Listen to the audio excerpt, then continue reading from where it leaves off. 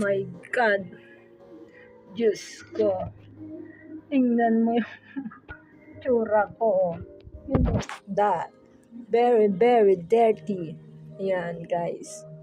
Ala, nagdamo ako ng alas 10. Nagdamo ako ng mga bunot. Nagbunot-bunot ako ng mga damo sa likod. Yung lupa ni Ate Lorna. Grabe, oh. Grabe talaga. Ang dugyot ang damit ko. Pagod match. Okay lang yun, at least malinis ang likod ng bahay ko. Tapos, ayan guys, pagkatapos ko maglinis sa likod ng bahay, kukulay ako ng buhok. Ayan. Ano mo yung damit ko, sobrang putik. Tingnan nyo guys.